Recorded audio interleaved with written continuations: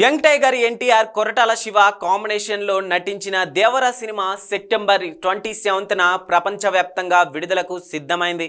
Trailer విడుదలైన 24 గంటల్లోనే యూట్యూబ్లో రికార్డ్ వ్యూస్ని సొంతం చేసుకుంది.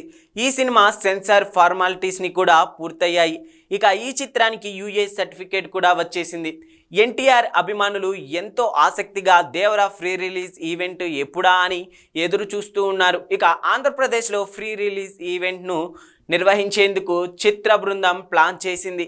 కానీ అనుకోని పరిస్థితుల్లో వర్షాల వరదల కారణంగా ఈ కార్యక్రమం హైదరాబాద్కు షిఫ్ట్ చేశారని చెబుతున్నారు. ఇక ఫ్రీ రిలీజ్ ఈవెంట్ కూడా విడుదలకు 5 రోజుల ముందు సెప్టెంబర్ 22న నిర్వహించనున్నట్లు తెలుస్తోంది.